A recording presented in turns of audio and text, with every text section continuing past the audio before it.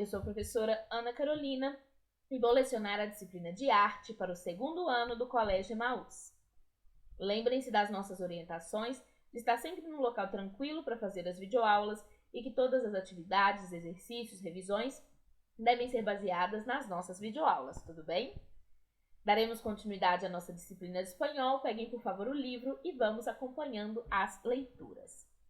Vamos fazer a nossa chamada. Alexandre Miranda, Breno Vitalino, Daniel Nisser, Davi Lobato, João Antônio, Maria Eduarda, Pedro Augusto, Pedro Lucas e Sofia Ribeiro. Vamos lá, meninos? Vamos dar os parabéns para o Daniel, que enviou para a gente a sua atividade. Ele fez um desenho lindo. E também o Pedro Augusto, que fez, a sua partitura de bichos, colocando aí animaizinhos. E também desenhou um dinossauro perfeito. Parabéns, Pedro. Meninos, vocês brilharam. Parabéns, Daniel. Parabéns, Pedro. E obrigado por terem enviado pra gente esses lindos desenhos. Meninos, agora vamos fazer a revisão das nossas provas, tá? Vamos revisar o conteúdo de arte para as avaliações da semana que vem. Começando lá na página 69 até o final do livro. Sombras de animais. Também é possível usar as mãos para fazer teatro de sombras. Existem diversas formas de explorar a posição das mãos no teatro de sombras. Observe alguns exemplos nessa página e tente reproduzi-los. Então, utilizando a sombra, feita por uma lanterna ou por uma vela, podemos fazer animais e formas nas paredes, como o ganso, o caracol, a pantera e o cão. Também podemos fazer o peru e o coelho. E o experimento artístico falando das pegadas de animais. Você já reparou nas pegadas que os animais deixam quando andam na terra? Veja alguns exemplos de pegadas de animais nesta página. Observe também a obra Tropel, da gaúcha Regina Silveira. Parece que muitos animais passaram pela parede e deixaram as suas pegadas. Bem legal, né? Eu acho essa obra muito bonita. E o Valmor Correia, que a gente também já estudou, é uma artista que faz aí bichos misturados. Alguns artistas se inspiram nos animais para criar imagens bastante inusitadas. O artista catarinense Valmor Correia, por exemplo, criou seres imaginários, misturando partes de animais diferentes. E além disso, ele foi além e imaginou o esqueleto desses animais, fazendo também nas suas obras. Nas artes integradas, tivemos os animais misturados, que seria imaginar um animal, metade de um bicho e metade o outro bicho. Um elefante com asas de borboleta, um animal metade leão, metade peixe.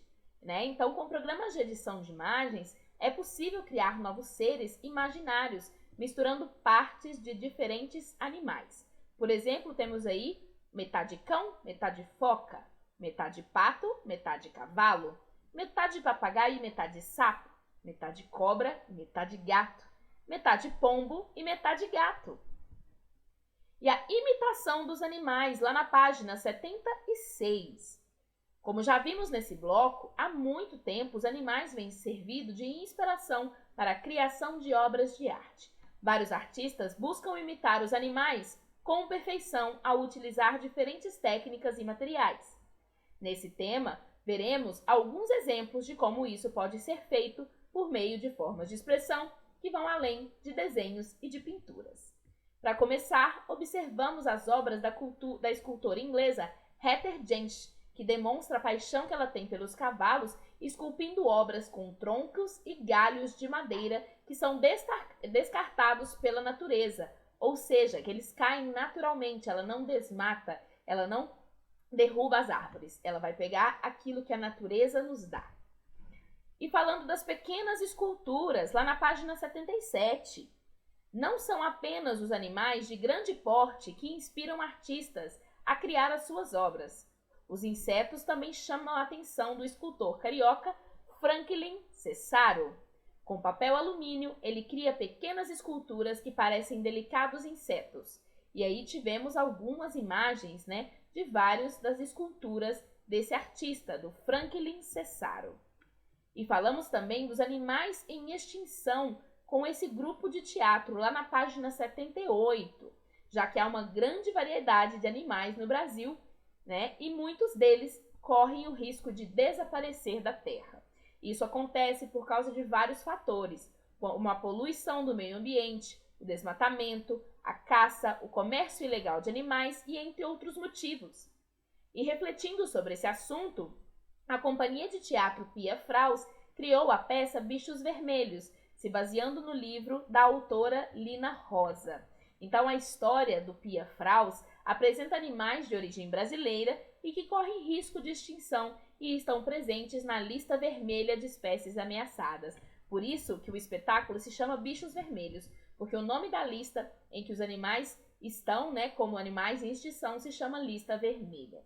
Com recursos sonoros e visuais, os atores da companhia manipulam bonecos que representam alguns animais ameaçados, alertando o público sobre os perigos da extinção dessas espécies. Então, essa obra de teatro da companhia Pia Fraus tem como propósito fazer com que o público pense e repense a sua relação com a natureza e com os animais. No mundo sonoro, falando dos sons animais, né, descobrimos que o som é formado por 3 elementos: o timbre, a altura e a intensidade. E estudamos a altura do som, né? É por meio da altura do som que a gente pode classificar um som como grave. O que é um som grave é aquele som mais grosso, mais baixo. E o som agudo, que é um som mais estridente, mais fino, bem mais alto do que o som grave. E lembrando dos sons emitidos pelos animais em diversas situações, né? Então, nós temos várias maneiras de observar esses animais. E a Universidade Cornell, lá nos Estados Unidos, criou um acervo digital que se chama Macaulay Library. E nele a gente encontra áudios, vídeos e fotos de baleias, elefantes, sapos e muitos outros bichos.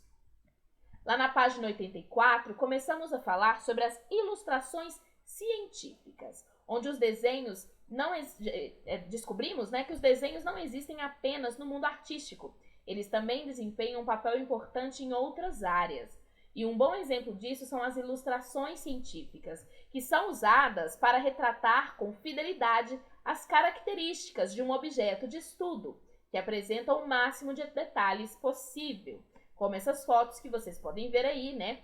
Temos esse tronco de árvore que é todo detalhado, até mesmo as pequenas folhas que se enrolam nesse tronco estão muito bem detalhadas. Então, ao lidar com este objeto, né, com esse pedaço de tronco na natureza, conseguimos saber exatamente que é este desenho que tentou ser representado. E o artista estadunidense Mark Dion criou também várias obras de arte com base na ilustração científica, né? Ele se inspirou nas ilustrações científicas para a 33ª Bienal de São Paulo em 2018. Então, para compor a sua obra, o artista coletou várias plantas, insetos, objetos descartados, como bitucas de cigarro e tampinhas de garrafa, e no próprio espaço do Parque Ibirapuera, lá na cidade de São Paulo. E depois, com uma equipe de colaboradores, o Mark Dion reproduziu o material coletado na forma de aquarelas, construindo assim um catálogo que mapeia a vida animal e a vegetação do parque. E não só isso, né? Se a gente for observar, ele não só coletou plantas, insetos, ele também coletou objetos descartáveis, bitucas de cigarro, tampinhas de garrafa. Então, ao mesmo tempo em que ele falou sobre o que é natural, né, sobre os animais, as plantas, ele falou também daquilo que não é natural, que é o desrespeito das pessoas por esse parque, né, jogando então lixo no chão. Esses objetos não deveriam fazer parte do meio ambiente, mas infelizmente eles têm feito cada vez mais parte da nossa natureza, né? E falando de arte e ciência, já que falamos de desenhos científicos, vamos para a nossa linha do tempo. Porque, como vimos lá no tema 4, as paredes das cavernas serviram de tela para as primeiras comunidades humanas. E por meio de desenhos, essas populações expressavam a cultura, o modo de viver, os animais e a vegetação ao seu redor. Com o passar dos anos, a humanidade se desenvolveu. e adotou a arte como ferramenta para diferentes finalidades, seja no modo de expressão artística, para o uso científico, como é o caso do desenho técnico. Então, assim como a ilustração científica, o desenho técnico mostra com precisão o objeto que está sendo estudado. E a precisão, meninos, é muito importante, porque se não for preciso, as pessoas podem se confundir. Imaginem que eu quero falar para vocês sobre uma planta venenosa e eu preciso fazer um desenho e eu desenho errado. Quando vocês precisarem reconhecer essa planta, pode ser que vocês não reconheçam, porque o meu desenho não está perfeito. Alguns desenhistas dessa área escolhem um ramo da ciência para estudar e se dedicam a compor ilustrações realistas e com rigor técnico, de acordo com os conhecimentos científicos. Foi na época do Renascimento que as ilustrações científicas ganharam bastante reconhecimento. Observe nesta página um exemplo desse tipo de trabalho feito pelo pintor e desenhista francês Jean-Théodore Descourtils. São cromolitografias de pássaros brasileiros feitas com base em ilustrações do artista. E aqui agora vamos falar da Bienal de São Paulo. As bienais, como o nome já diz, são eventos que ocorrem de 2 em 2 anos e podem estar associados às artes ou às outras áreas do conhecimento. No Brasil, por exemplo, temos a Bienal do Livro, a Bienal da Arquitetura, da Arte Digital, entre outras. No momento em que a gente está, que estamos aí de quarentena, não estamos em nenhum evento, não há nenhuma Bienal. Mas quando a gente voltar, a Bienal do Livro é um passeio imperdível. A Bienal de São Paulo, que reúne artistas do mundo todo, é um espaço muito interessante para apreciar as novas manifestações artísticas e culturais contemporâneas e refletir a respeito delas. Professora, o que é contemporâneo? Contemporâneo é aquilo do nosso tempo. Então, é aquilo que está nascendo enquanto a gente está aí no mundo. Então, contemporâneo é a arte do agora, do presente, a arte que está sendo feita neste momento.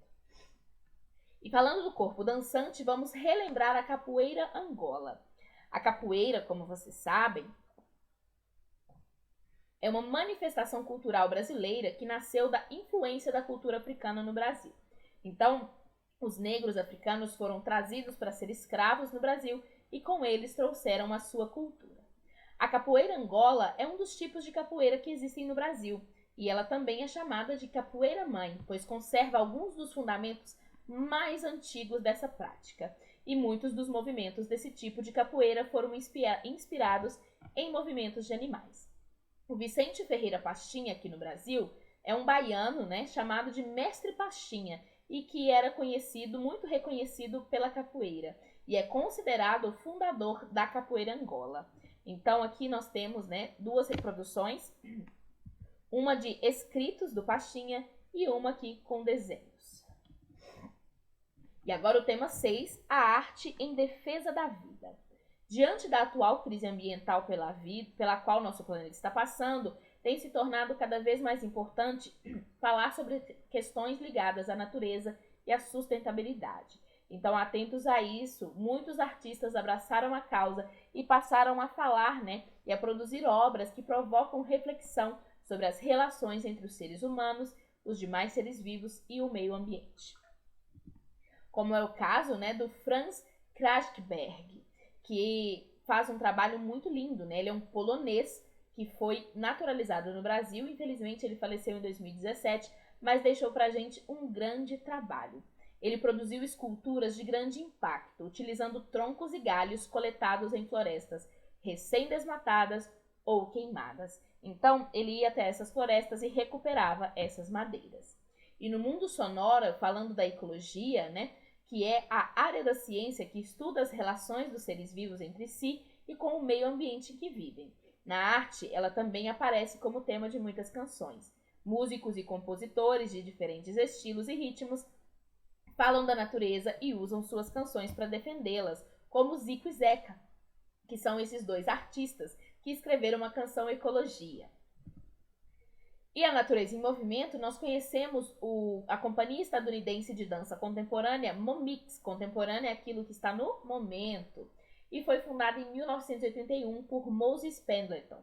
Em suas apresentações, os dançarinos unem técnicas acrobáticas efeitos especiais de luz e sombra e diferentes gêneros musicais compondo grandiosos espetáculos. Então, eles não somente dançam, mas eles utilizam luz e sombra, sons diferentes e objetos de cena para que o espetáculo fique ainda mais bonito. No espetáculo Botânica, os bailarinos da companhia apresentam a importância do equilíbrio ambiental, ou seja, que todas as espécies de seres vivos permaneçam vivas para que a natureza permaneça em equilíbrio.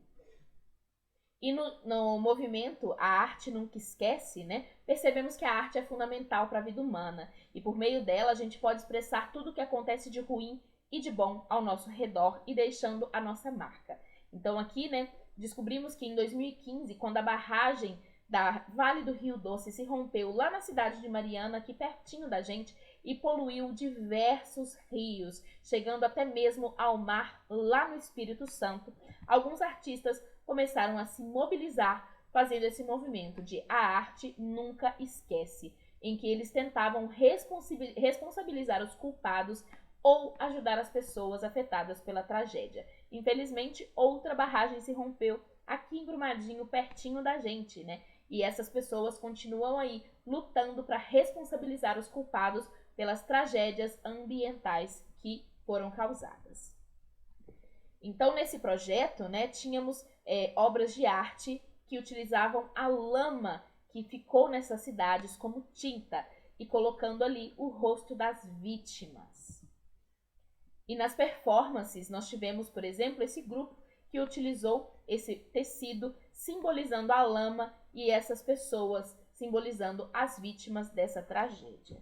Tivemos também uma intervenção na moda, onde Ronaldo Fraga, um estilista muito famoso brasileiro, utilizou o seu lugar, né, o local de sua exposição, para protestar contra essa empresa e prestar uma homenagem às vítimas da tragédia. E falando sobre a dica cultural, temos a Virada Sustentável, que são eventos que tentam trazer consciência ao público de que as cidades precisam mudar, de que as pessoas precisam mudar a sua relação com a natureza. Né? As atrações oferecidas gratuitamente vão se espalhando pelas cidades, atraindo um grande público e fazendo-os refletir sobre o nosso lugar na natureza. Tá bom?